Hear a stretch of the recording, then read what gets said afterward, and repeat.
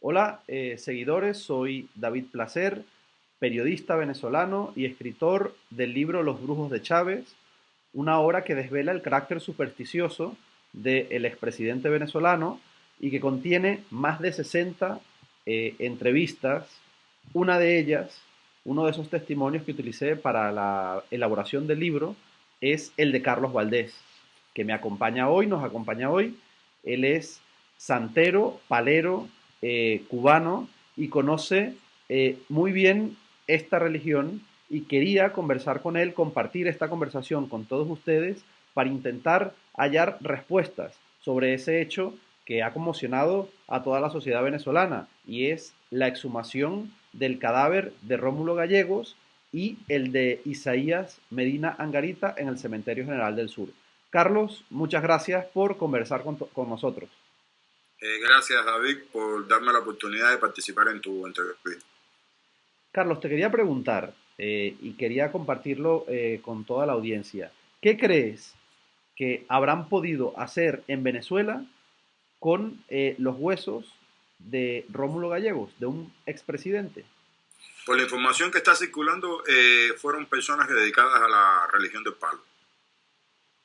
Eso es lo que está circulando en las redes, eso es la información que se está dando, paleros que de una manera bien, creo que es una manera muy equivocada lo que han hecho. Es un error religioso lo que han hecho.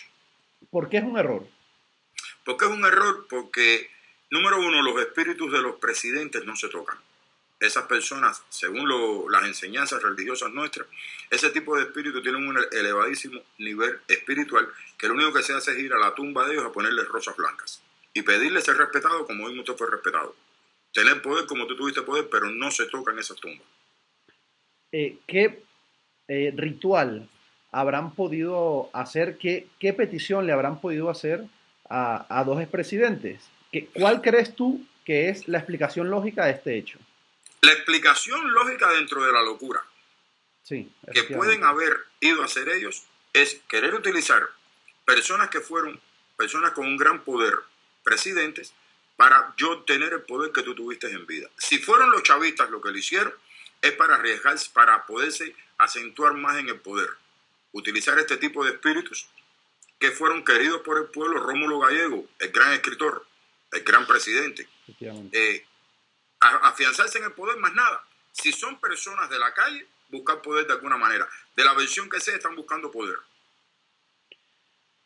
Carlos, el crecimiento de la palería en Venezuela, ¿crees que está influenciado directamente por la relación política que ha tenido Venezuela en los últimos 17 años con Cuba? 100%. Antes de la relación de Venezuela con Cuba, de ya entrar en el concubinato desde hace 17 años, en Venezuela había paleros, pero muy poquitos. Las religiones africanas en Venezuela han tenido un crecimiento de un 1000%. Personas que antes no tenían ningún conocimiento, que el conocimiento estaba en cero, ahora son famosos dentro de la práctica religiosa. Entonces, al venir esa gran cantidad de población, al venir la masividad, viene la locura. Carlos, el hecho de ingresar a un cementerio y robar de noche, en la oscuridad, en secreto, estos huesos y luego venderlos, comercializarlos o hacer rituales con ellos, ¿está bien visto? ¿Es aceptado por tu religión? En primer lugar, es un acto de delincuencia. La profanación de tumbas es perseguida a nivel mundial. Desde las tumbas del Egipto, que las personas iban a romperlas para sacar, no sé, las riquezas que estaban en las tumbas. En la época de que el catolicismo estaba bien fuerte, estaba creciendo en Europa, hubo que hasta determinar un edicto, una ley papal, para que nadie fuera a los cementerios, porque en aquella época los católicos vendían huesos diciendo que eran los huesos del santo fulano de tal, de San Tomás, de San Andrés. Entonces hay una ley por un papa que eso estaba prohibido. A partir de ahí es donde sale el manto de Turín, porque es una tela, no es un hueso. Ya desde el punto de vista de nuestra religión, es 100% incorrecto hacerlo de la manera que lo están haciendo esas personas. Esa no es la manera de hacerlo. Se ha hecho toda la vida en Cuba. Yo soy palero, trascendencia familiar, pero no es la manera esa de ir a un cementerio, romper una tumba y llevarte los huesos del muerto. ¿Cuál es la manera en la que se debe hacer este tipo La de manera en rituales? que yo la aprendí, la manera en que yo le recomiendo a las personas fue Carlos Valdés.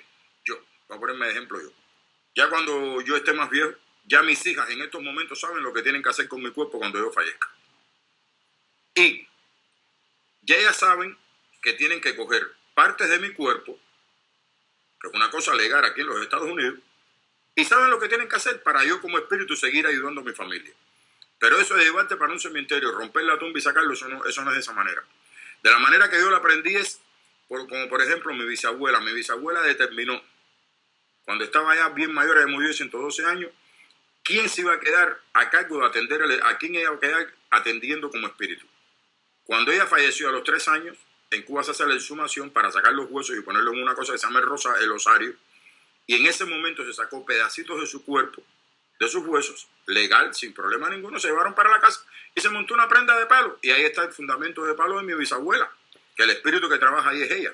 ¿Qué se hacen con esos huesos? ¿Dónde se colocan? Esos huesos eso se coloca en un recipiente, no te puedo explicar más, porque ella tenía que entrarte en secretos de religión, pero es fundamentalmente una cazuela, que puede ser de hierro o de barro, donde se pone con tierra de diferentes lugares, se ponen, por eso se llaman paleros popularmente, porque se utilizan los pedazos de palo de los árboles, porque los árboles tienen poder.